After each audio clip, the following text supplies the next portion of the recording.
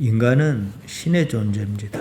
인간만이 영원과 절대를 상정합니다. 그 때문에 인간은 이 세상을 초월한 존재, 신을 생각합니다. 모든 동물은 생화학적 반응에 따라 판단하고 행동합니다. 요즘은 목토이지 가면 고양이뿐만 아니라 비둘기나 이미 사람과 공존하는 세상으로 바뀌었습니다. 차가 지나가도 사람이 지나가도 놀라지도 않아요.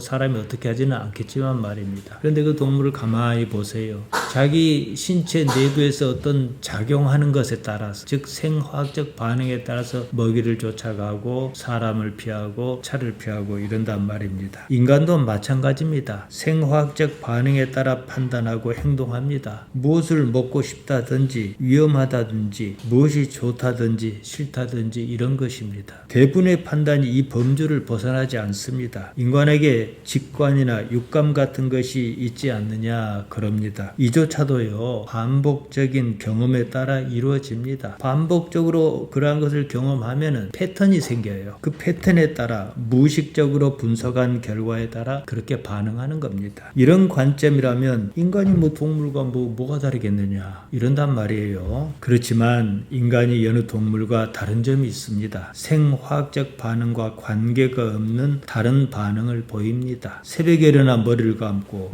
정화수를 떠놓고 기도한다든지 이런단 말이에요. 우리가 예수님을 알기 전에 이랬습니다. 이런 반응은 인간 말고 다른 동물에게서는 찾을 수가 없습니다. 대개 인간이 착각하는 게 있어요. 행복이 삶의 목적인 줄 압니다. 행복이 삶의 목적이라면 행복은 영원해야 합니다. 삶이었는데 어떻게 행복이 있을 수가 있겠는가 이 말입니다. 우리가 사는 이런 삶 자체도 목적으로 삼을 수는 없습니다. 왜냐? 이런 삶도 끝나기 때문입니다. 끝나지 않는 것을 애초에 목적으로 삼아야 한다 이 말씀입니다. 죽음 앞에서는 우리가 그토록 바랐던 모든 것이 가치를 잃습니다. 가치가 없는 그것은 바랄 것이 아닙니다. 우리가 신을 논할 때에는 적어도 이런 삶은 아니에요. 단 하나의 가치, 영원한 것이어야 한다 이 말씀입니다. 우리가 바라는 것이 있다면 그것은 영원과 통하는 것이어야 해요. 이래야 삶이 올바르게 제 자리를 잡아갑니다. 한 마리 태아가 힘쓰지 못한다는 말입니다. 인간이 신의 존재라면 자신 안에서 신을 이루는 것이 이 세상을 사는 목적입니다. 신과 하나를 이루는 것이 삶의 목적이다 이 말씀입니다. 신의 사람으로 살겠느냐, 적어도 신의 사람으로 살려고 하느냐 이거지요. 지난 로마서 두 번째 시간에 말씀드렸습니다. 시편 82편 6절입니다. 내가 말하기를 너희는 다 신이며 다 지존자의 아들이라 하였으나 히브리 말로 쓰인 원문에는 이렇게 나와 있습니다. 아니 아마레티 내가 말했다. 엘로임 아템 너희는 신이다. 우베네이 엘론 콜레켄 모두가 지존자의 아들이다. 이렇습니다. 너희는 신이다. 엘로임 아템 너희가 엘로임 하나님이다. 이 말이거든요. 지존자 엘론입니다. 지극히 높은 자다. 하나님을 설명하는 말입니다. 너희는 하나님의 아들이다. 이거예요. 정리하면 이렇습니다. 너희는 하나님이며 곧 너희는 모두 지극히 높으신 자의 아들이다. 이렇게 반복해서 말한 겁니다. 시편이 말하는 것이 무엇입니까? 하나님께서 애초에 인간을 신의 사람으로 만드셨다. 이 말이에요. 그런데 인간이 그것을 거부한다는 겁니다. 어떻게 거부하는지 이따 말씀드리겠습니다만 우리가 읽은 로마서에 다 나와 있습니다. 이어지는 시편 82편 7절이 나옵니다. 그러나 너희는 사람처럼 죽으며 고관의 하나같이 넘어지리로다. 사람 아담입니다. 고관 사르입니다. 그런데 아켄 케아다 너희는 사람처럼 죽으며 기껏해야 우케 아하드 하사림 고관의 하나같이 벼슬 하나 얻어 사는 사람같이 티폴루 넘어지고 만다 이랬습니다. 하나님께서 원하시는 것과 사람이 가는 길, 보통 멸망하는 사람이 가는 길이 극명하게 드러나지요. 인간이 하나님과 같아지기를 거부한 거예요. 하나님을 목표로 삼아야 하는데 그것을 거부했습니다. 그 말은 뭡니까? 길 가는 고양이나 짐승처럼 그렇게 살다 말겠다는 거예요. 이걸 지적한 것입니다. 이것을 예수님께서 그대로 인용하셨습니다. 요한복음 10장 34절에서 35절에 나옵니다. 예수께서 이르시되 너 율법에 기록한 바 내가 너희를 신이라 하였노라 하지 아니하였느냐. 성경은 피하지 못하나니 하나님의 말씀을 받은 사람을 신이라 하셨거든. 내가 너희를 신이라 했다. 헬란말 원문은 에고이 에이파데오이 에스테, 바로 시편을 인용하여 내가 너희를 데오스 하나님이라고 했다 이르셨단 말이에요. 하나님께서 인간을 가리켜 너희가 하나님이다 이렇게 말씀하셨다는 겁니다. 다만 예수님께서는요, 하나님의 말씀을 받은 사람이 데오스 하나님이다 이렇게 조금 더 설명을 붙인 것처럼 말씀하셨습니다. 모두가 하나님은 아니고 하나님 커트라인에 탈락할 사람도 있고 들 사람도 있다. 하나님의 말씀을 받은 사람이 하나님이다. 하나님의 말씀을 받은 사람 프로스후스 호로고스 투 데우 에게네토 이랬습니다. 받았다 이렇게 번역한 말이 에게네토인데요. 기노마이가 과거형 직설법으로 쓰였습니다. 탄생하다, 만들어지다 이 뜻입니다. 다시 말하면 하나님의 말씀으로 만들어진 사람, 하나님의 말씀으로 다듬어진 사람이 곧 하나님이다 이런 의미예요. 자, 무엇입니까? 그러니까 우리가 무엇을 추구해야 하는가? 우리가 거듭났다는 말을 쓰지 않습니까? 거듭나다 요한복음 3장 3절에 나옵니다. 예수님께서 니고데모에게 말씀하셨습니다. 진실로 진실로 내게 이르노니 사람이 거듭나지 아니하면 하나님의 나라를 볼 수 없느니라 이러셨어요. 거듭나단 말 겟네데 아노덴 저 위를 아노덴이라 그럽니다. 하늘이에요. 근데 이런 공중 하늘이 아니고 높다란 뜻의 하늘이에요. 위로부터 겟나오 탄생하는 것, 태어나는 것입니다. 즉 이 말은 하나님의 말씀 곧 로고스로 만들어진 사람이 하나님이다 이 말과 의미가 똑같습니다. 제가 하나님으로 태어났어요. 그럼 하나님의 아들이잖아요. 그러잖아요. 아들 하나님이나 아버지 하나님이나 하나님이란 존재 위치는 어차피 이 땅이 아니에요. 정리하면 이렇습니다. 우리는 이 삶에서요, 하나님이라고 하는 영원한 존재를 어떻게든 압니다. 알았어요. 그랬으면 그 존재의 자리, 신의 자리를 향하여 나아가는 것이 우리가 이 세상을 사는 목적이다 이 말씀입니다. 그런데 사람은요, 하나님의 자리로 나아가기를 거부합니다. 잘해야 사르, 고관의 하나같이 군주처럼 푸틴처럼 사는 것을 목표로 한다는 거예요. 그런다고 안 죽는다면 또 모르겠습니다. 그렇게 뭐 천년 만년 산다 그러면 또 그것도 뭐 의미가 있겠지요. 죽음으로 끝나는 모든 것은 그 어떤 것도요, 삶의 목표로 삼을 수가 없습니다.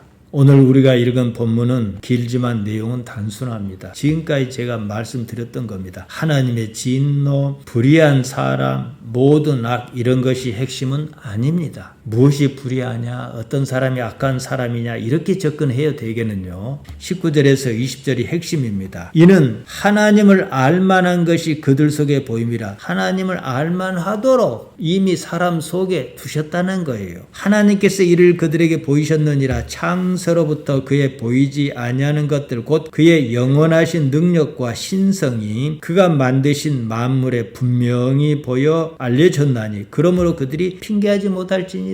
나중에 죽어봐라마는 하나님 앞에 가서 핑계를 댈 수 있는지 없는지 봐라. 거의 이런 말씀이에요. 하나님께서 사실은 인간이 알만하도록 인간 속에 알도록 보이셨다는 겁니다. 조금 전에 제가 말씀드렸습니다. 그대로입니다. 19절에 보임이라 보이셨느니라 이렇게 두 번에 걸쳐 보이다는 말이 나옵니다. 첫 번째 나오는 말로 보임은 파네로스, 두 번째 나오는 말 보이다는 말은 파네로 이렇습니다. 같은 말인데 용법을 달리 쓴 겁니다. 명백하게 뚜렷하게 나타난다는 겁니다. 그냥 보이는 것이 아니라 충분히 알만하도록 보이셨다. 핑계되지 못할 정도로 보이셨다. 이 말씀입니다. 20절에 분명히 보였다. 이런 말이 또 나옵니다. 이건 또 다른 말이에요. 카도라오입니다. 멋에 대하여 카타와 보다란 말 호라오에서 온 말입니다. 분명히 보다, 깨달아 알다 이렇게 쓰입니다. 따라서 하나님께서 인간이 당신을 알만하도록 만물에 분명히 나타내셨다는 거예요. 하나님을 모른다고 핑계댈 수 없다는 거지요. 문제는 하나님에 대하여 그만큼 관심이 있냐 이것입니다. 한편으로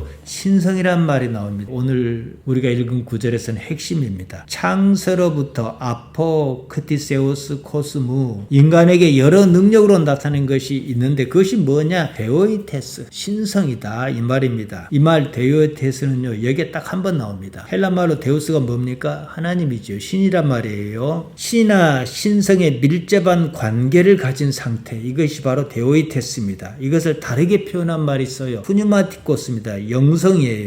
우리가 지난 시간에 봤습니다. 로마서 1장 11절에 나오는 신령하다는 말이 바로 이겁니다. 요한복음 4장 24절에서 예수님께서 이렇게 말씀하셨습니다. 푸뉴마호 데오스, 하나님께서는 영이시다 이러셨어요. 하나님께서 푸뉴마시다 이 말인데요. 신령하다는 말은 영에 속했다 이 말이거든요. 그러니까 하나님께서 영이시니까 영에 속했다 그러면 하나님께 속했다 이 말 아니겠습니까? 그러니까 의미가 같다는 거예요. 하나님께서 천지를 창조하실 때부터 처음부터 인간 안에 데오이테스, 신성을 부여하셨다는 말이에요. 바울이 이 부분을 아주 제대로 명쾌하게 이해하고 우리에게 전합니다. 인간의 불행은요 다른 것 아닙니다. 하마르티아 때문입니다. 신학자는 하마르티아를 원죄다 이렇게 번역했습니다. 원죄라고 번역하면요 대단히 무책임한 말입니다. 모르니까 그렇게 쓰는 거예요. 하마르티아는 그냥 하마르티아예요. 인간의 불행이 무엇 때문이냐? 인간이 하나님과 자신을 별개의 존재로 인식한 데서 비롯합니다. 하나님께 나아가고자 하지 않은 데서 비롯했단 말이죠. 이것이 바로 하마르티아라는 거예요. 하마르티아가 뭡니까? 화살 같은 것이 날아가면 이제 10점짜리 간역을 맞춰야 정상 아니겠습니까? 근데 못 맞춰버렸어. 그러면 화살로서 의미가 없는 거예요. 여기서 온 말입니다. 그러니까 우리 인간이 하나님을 목표로 관역을 삼아야 하는데 엉뚱한데 인류의 평화를 위해서 그것도 좋은 것이 하지만 말이에요. 아니면 더 나쁜 사람은 자기 욕심을 위해서 관역이 빗나갔다는 거지요. 하나님께서 인간을 창조하실 때 어떻게 하셨습니까? 창세기 1장 26절에 이렇게 나옵니다. 하나님께서 이르시되 우리의 형상을 따라 우리의 모양대로 우리가 사람을 만들고 그들로 바다의 물고기와 하늘의 새와 가축과 온 땅과 땅에 기는 모든 것을 다스리게 하자 이러셨다는 거예요. 하나님께서 인간을 만드실 때 우리의 형상을 따라 우리의 모양대로 사람을 만들자 그러셨습니다. 형상이란 말 히브리 말로 젤림입니다. 그림자예요. 인간이 하나님의 모양 데무트를 닮았다 그럽니다. 인간의 개념입니다. 애시당초의 인간은 하나님을 닮아야만 한 존재다 이 말이에요. 근데 보통은 어떻게 생각합니까? 도저히 하나님께 나아갈 수 없는 상태가 은혜로 하나님께 어떻게 철로 역정을 거쳐서 나아가는가 이런 식으로 생각한단 말이에요. 인간이 하나님을 목표로 할 때 온전해집니다. 예수님께서 제자에게 이런 말씀을 하셨습니다. 마태복음 5장 48절입니다. 그러므로 하늘에 계신 너희 아버지의 온전하신 같이 너희도 온전해라. 너희는 온전해라. 이거거든요. 온전하단 말. 텔레이오스입니다. 이 말은 텔로스에서 온 말입니다. 텔로스는 끝이나 결말을 말합니다. 따라서 텔레이오스는 무엇을 완성할 것이냐 이 문제예요. 하나님께서 완전하신 완성의 끝판인 것처럼 너희도 하나님을 향해서 그렇게 나아가라는 거예요. 우리말로 온전하다고 번역했는데 본바탕 그대로 고스란하다 이 뜻입니다. 번역이 아주 좋습니다. 본바탕을 찾아 그것을 이루는 거예요. 우리 본바탕이 뭐냐는 거예요. 하나님 아버지라는 얘기죠. 우리가 이 삶을 사는 동안에 무엇을 추구해야 하는가? 추구해야만 하는 유일한 가치입니다. 인간이 마땅히 추구해야 하는 가치는 무엇이겠습니까? 하나님입니다. 인생의 목적이 하나님이다 이 말이에요. 하나님을 목적으로 삼지 않고 다른 무엇을 목적으로 삼을 때 그 사람은 하마르티아에 빠져서 살 수밖에 없다는 거지요. 하마르티아 조금 전에 설명해 드렸습니다. 화살 같은 것이 관역을 잘못 맞힌 것을 두고 하는 말입니다. 인생이 꼬여버린 거예요. 자기는 열심히 산다고 살지만 결국은 허탕을 치고 마는 그런 것입니다. 아무것도 이루지 못합니다. 만족이 없어요. 복이 없는 겁니다. 하나님을 알기는 압니다. 21절이 그 말입니다. 그러면서도 하나님을 영화롭게 하지도 않고 감사하지도 않습니다. 그 사람에게는 그럴 이유가 없어요. 왜냐? 하나님이 목적이 아니니까요. 그러면 그 사람은 무엇이 목적일까요? 자신의 이 내면에서 발생하는 요구가 목적입니다. 종교라는 것도 그 사람에게는 자신의 탐욕을 위한 수단이다, 이렇게 생각합니다. 사도 바울이 그래서 지적한 말이 있습니다. 빌립보서 3장 19절에 나옵니다. 저희 마침은 멸망이요 저희 신은 배요. 이 배라는 말은 이 위장을 말합니다. 그 영광은 저희의 부끄러움이 있고 땅의 일을 생각하는 자라. 그들의 신은, 그들의 데오스는 다른 무엇도 아니다. 그들의 하나님은 코일리아다. 이 위장이다. 밥통이다. 이 말이에요. 단지 자기 뱃속을 채우는 것이 그들의 목적이라는 겁니다. 그러다 보니까 생각이 허망해지고 미련한 마음이 어두워지고 그런다는 거지요. 스스로 지있다고는 하지만 꾀를 내보지만 실상은 에머란데산 어리석게 행동한다, 이겁니다. 급기야 하나님의 영광은커녕 피조물을 섬기지 않나 우상 숭배에 빠진다는 거지요. 하나님의 심판은 다른 것이 아닙니다. 그저 자기가 하고 싶은 대로 내버려 두는 것이 심판이에요. 하나님의 방식으로서 심판입니다. 24절에서 그것을 말합니다. 그러므로 하나님께서 그들을 마음의 정욕대로 더러움에 내버려 두사 그들의 몸을 서로 욕되게 하게 하셨으니 마음의 정욕대로, 정욕 에피디미아입니다. 마음 까르디아입니다. 정욕은 까르디아에서 일어나는 갖가지 충동, 욕망, 갈망을 의미합니다. 제가 서두에 말씀드렸습니다만 이런 것은 생화학적 반응에 따른 것이다, 제가 말씀드렸습니다.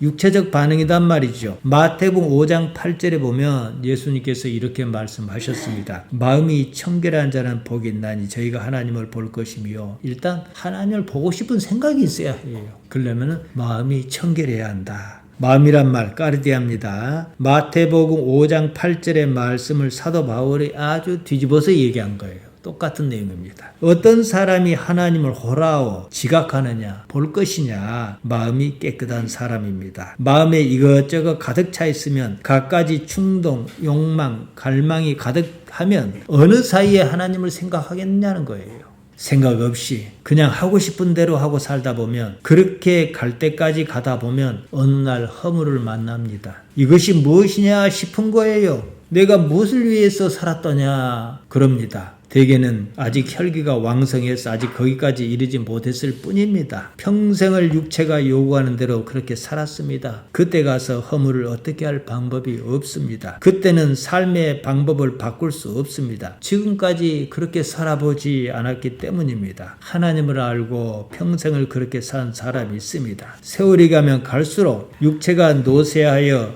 약해져도 마음은 하나님으로 충만합니다. 그리고 어느 날에 이르렀습니다. 그에게 무엇이 남겠냐는 거예요. 영원한 소망이 남지 않겠습니까? 하나님의 심판은 다른 것이 아닙니다. 손가락 하나 까딱하지 않고도 심판이 가능합니다. 그냥 내버려두면 그만이에요. 엔트로피 법칙이라는 게 있어요. 연력학 제2법칙이라는데요. 무엇이든지 가만 놔두면 흐트러지는 거예요. 집도 내버려둬 보세요. 막 흐트러져 엉망진창이잖아요. 자꾸 정리하고 정돈해야 제자리를 좀 살림살이 그러지 않습니까? 사람이 그래요. 세상이 하나님 손안에 있기 때문입니다. 예수님께서도 같은 말씀을 하셨습니다. 요한복음 16장 11절입니다. 심판에 대하여 하면 이 세상 임금이 심판을 받았습니다. 심판을 받았다. 케크리타이라 했습니다. 완료형입니다. 우리말은 이것에 민감하지 않습니다만은 이쪽 말은 그래요. 이미 심판이 끝났다 이 말이에요.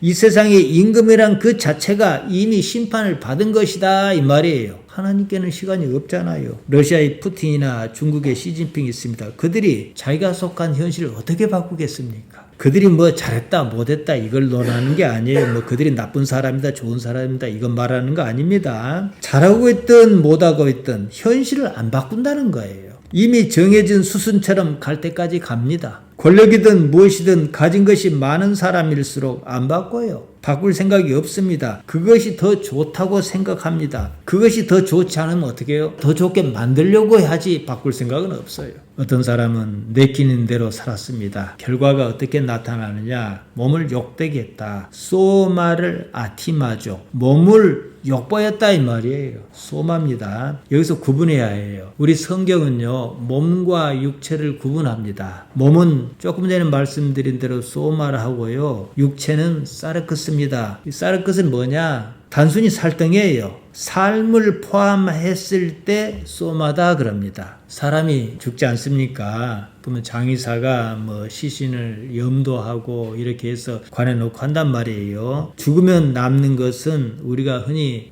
속되게 표현해서 어떻게 하면 고깃덩어리다 그러지 않습니까? 이게 사르커스예요. 소마는 인격을 갖고 있어야 해요. 살아 있어야 해요. 삶의 주체다 이 말이지요. 우리가 구원하다는 말을 씁니다. 헬라 말로 소조입니다. 소마가 바로 이 소조에서 유래한 말이에요. 그러니까 구원은 소마를 구원하는 것이지 이 살덩이를 구하는 건 아니다 이거예요. 예수님께서 부활하신 모습을 보세요. 다음 주가 이제 부활절인데요. 그것은 살덩이의 예수님이 아니에요. 소마, 몸의 예수님이다 이거지요. 따라서 소마는 삶을 포함합니다. 우리가 흔히 쓰는 말 영생은 소마의 상태로 있는 것을 말하는 거지요. 그 때문에 소마를 목숨이다 이렇게 번역하기도 합니다. 사르커스만 숨 쉬고 있는 건 뭐예요? 의식 없이 사르커스만 살아있는 경우가 있습니다. 소마를 아티마죠. 몸을 욕보했다. 이 말은 삶을 엉망진창으로 만들었단 말입니다. 삶은 무엇하는 것이냐? 육체가 요구하는 대로 사는 것이 아닙니다. 바로 그 삶에서 하나님을 알고자 하는 의지를 발휘해야 하는 거예요. 삶에서 하나님을 지각합니다. 이는 매우 의식적인 행위입니다. 예수님께서 이렇게 말씀하셨습니다. 요한복음 6장 63절입니다. 살리는 것은 영이니 육은 무익하니라. 여기서 바로 영은 푸님하고 육은 사르커스입니다. 내가 너희에게 이른 말이 영이요 생명이라. 예수님의 궁극적인 관심이 담겼습니다. 살리는 것은 푸님하다. 사르커스는 무익하다. 이러셨습니다. 다르게 표현하면 이렇습니다. 삶이란 게 뭐냐? 다른 것 아니다. 너희 안에 있는 데오이테스, 신성, 곧 푸니마티코스, 영성을 살려내려는 것이다. 이 말입니다. 적어도 하나님을 갈망하는 마음이 있고 우리 흔히 하는 표현대로 하면 영적인 뭘 추구하고자 할 때 하나님을 찾는 것이지 땅만 쳐다보고 돌아다니면 어떻게 하나님을 찾겠습니까? 나이가 들수록 육체는 쇠해집니다. 쇠해지는 것은 육체고 사르커스입니다. 삶이 있는 한 소마, 몸은 여전합니다. 간단히 말씀드리면 삶은 곧 소마라는 것입니다. 소마, 곧 몸이 영원하다. 영생이 이거거든요. 소마는 푸니마를 담는 그릇이어야 한다. 이 말씀입니다. 예수님께서 부활의 몸을 보이셨습니다. 살덩이 육체가 아니었습니다. 그런데요, 하나님을 모르는 사람이 있습니다. 그저 마음 내킨 대로 삽니다. 하고 싶은 대로 하지 못해서 안달합니다. 그러니 그 결과가 너무나 뻔하다는 것입니다. 그 자체로도 심판입니다. 신의 사람으로 살려 하였느냐는 거예요. 이렇게 살다 마는구나. 조금이라도 깨닫는 무엇이 있다면 그냥 육체에 따라 살지는 않습니다. 제가 최근에 자주 드리는 말씀이 있습니다. 삶은 목적이 아니다 이겁니다. 왜냐? 삶은 끝이 있기 때문입니다. 그렇게 살다 말겠다면 더는 할 말이 없습니다. 이대로 끝내겠다는 것이니 말입니다. 그런 사람의 결과가 어떻게 나타나는지 마지막 절까지 이어집니다. 여기에 대해서는 따로 설명이 필요 없습니다. 다 나쁜 소리만 쓰여 있으니까요. 한마디로 생각 없이 사는 거예요. 대개가 그래요. 그들이 왜 나쁜 짓을 하겠습니까? 왜 거짓말하고 수근수근하고 이러겠습니까? 그게 이익이니까 그래요. 그것이 푸니마의 이익이겠습니까? 아니지요. 육체를 보존하기 위해서 그런 거 아니겠습니까? 앞서 제가 요한복음 10장 35절을 말씀드렸습니다. 예수님께서 시편 82편 6절을 인용하여 말씀하신 것입니다. 하나님의 말씀을 받은 사람을 하나님이라 하셨다. 그러셨습니다. 하나님의 말씀, 호 로고스 투 데우. 하나님의 로고스가 무엇이었냐는 데 주의를 기울일 필요가 있습니다. 우리의 목표가 이것이기 때문입니다. 신약 성경은 헬라말로 쓰였습니다. 로마가 지배하긴 했지만 여전히 헬라 문화권이었습니다. 그러니까 헬라 철학의 영향을 안 받을 수가 없습니다. 로고스, 헬라 철학에서는 매우 이성적인 것을 말합니다. 이성을 총동원해서 생각하고 또 생각해서 어느 정점에 이른 겁니다. 하여 로고스를 말씀이라고 번역했어요. 근거가 없는 건 아니에요. 로고스는 말하다는 뜻인 레고에서 온 말이기 때문입니다. 따라서 헬라 철학에서 로고스는 언어를 매체로 표현한 이성이다 그럽니다. 이게 철학적 개념이에요. 요한은 이 로고스의 개념으로 예수님을 설명했습니다. 우리 눈에 보이는 현상계가 있고 우리가 추구하는 이상의 세계가 있습니다. 우리는 아직 현상계에 머물러 있습니다. 그런데 이상계로 가야만 해요. 이 중간 다리가 무엇이냐? 로고스다. 이러면서 예수님을 설명했습니다. 이것이 요한복음 첫머리에 나옵니다. 이렇게 볼 때 우리는 예수님께로부터 무엇을 찾아야만 한다는 것입니다. 이것 하나면 살겠다. 그런 무엇이 무엇이겠는가? 이 말입니다. 이치입니다. 그냥 이치가 아니라 이 세상을 사는 하나님의 이치라는 거, 터득해야 해요. 로마서는 바울이 썼습니다. 바울의 사상이 담겼습니다. 그 관점에서 바울은 로고스를 어떻게 이해했는가 봐야 하는 거예요. 바로 고린도전서 첫 부분에 나옵니다. 이 부분은 제가 워낙 자주 말씀드렸습니다. 로마서를 시작할 때도 말씀드렸습니다. 고린도전서 1장 18절입니다. 십자가의 도가 멸망하는 자에게 미련한 것이요 십자가에 달려 죽는 것이 뭔 지혜란 말이냐. 세상 사람은 이렇게 생각한다는 것이지요. 멸망하는 사람은요. 구원을 받는 우리에게는 하나님의 능력이다. 십자가의 도가 하나님의 능력이란 인식이 있느냐는 거예요. 없으면 있게 해야지요. 이 말 한마디에 우리 기독신앙의 이치가 담겼습니다. 십자가의 도, 호 로고스 가르 호 투 스타우루. 십자가가 로고스다. 우리 성경은 돌아보내겠습니다. 달리 말하면 십자가가 하나님의 이치다 이 말이에요. 십자가가 우리가 이 세상을 사는 유일한 방법이다 이거거든요. 이것은 아무리 강조해도 지나치지 않습니다. 십자가가 뭡니까? 자기 부정을 가리킵니다. 나사렛 그분을 보세요. 자기를 부정하지 않았다면 십자가에 달릴 일이 없습니다. 당신도 모르게 잡히신 것 아니잖아요. 이 십자가는 그냥 자기를 부정하는 것이 아니에요. 자기를 비하하는 것도 아닙니다. 자기를 인정하지 않는 거예요. 자기를 왜 인정하지 않습니까? 하나님 때문에요. 자기 육체가 무엇을 요구하는지 그것을 알고 믿지 않습니다. 자기를 부정하는 그 이유가 반드시 하나님 때문이어야 해요. 하나님이 아니고 자기를 부정하면 뭐겠습니까? 허무주의지요. 하나님 때문에 내가 사라지는 겁니다. 내가 사라진 그 자리에 하나님만 있게 하겠다. 이런 열망이에요. 그로써 내가 하나님과 합의를 이뤘다고 한번 생각해 보십시오. 그때 나에게서 나라고 여기는 그것이 있기나 하겠는가 이 말입니다. 하나님께서는 그 자체로 완전체이십니다. 나에게는 이것이 아니구나 이런 의식만 있습니다. 그때 나의 삶은 하나님께서 어떻게 하시는 삶, 곧 그것이 하나님의 삶이라는 거예요. 내가 이 삶을 살긴 하지만 이 삶이 나의 삶이 아니라 하나님의 삶이다 이거예요.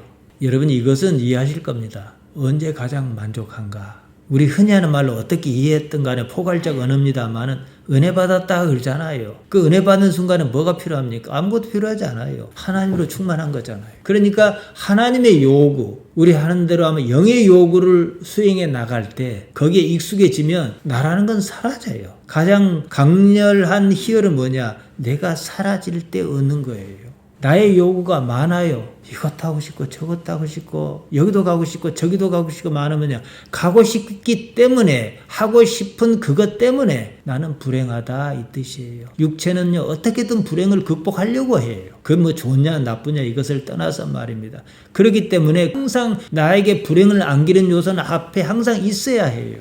그것이 삶입니까? 나는 산다는 것 이 자체로 하나님 안에 있다는 이 자체로 나는 행복해야 하는 거예요. 무엇이 있으면 그냥 좋을 뿐이에요. 바로 이 과정을 위해서 제자에게 예수님께 이것을 요구하셨습니다. 마가복음 8장 34절입니다. 무리와 제자를 불러 이르시되 아무든지 나를 따라오려거든 자기를 부인하고 자기 십자가를 지고 나를 좇을 것이니라 이렇게 말씀하셨습니다.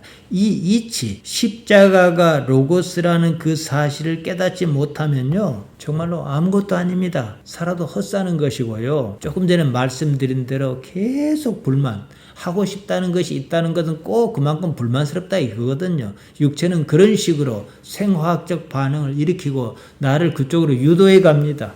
죽어도 삽니다. 하나님께서 계시니 말입니다. 그렇게 살아보면 압니다. 사실 우리가 그렇게 살아보는 걸 자꾸 연습하잖아요. 우리가 시간을 들이고 돈을 들이고 이러면서 못 사는 게 또 뭐가 있습니까?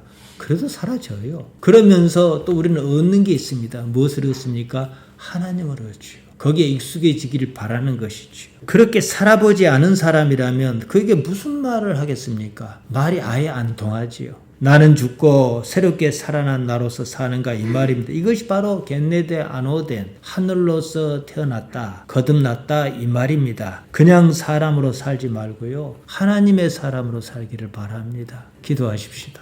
하나님 우리 아버지 우리를 영혼의 세계로 이끌어 주옵소서. 우리 눈이 어둡거든 밝히 띄워주셔서 하나님을 바라보게 하여 주옵소서. 예수님 이름으로 기도하옵나이다. 아멘.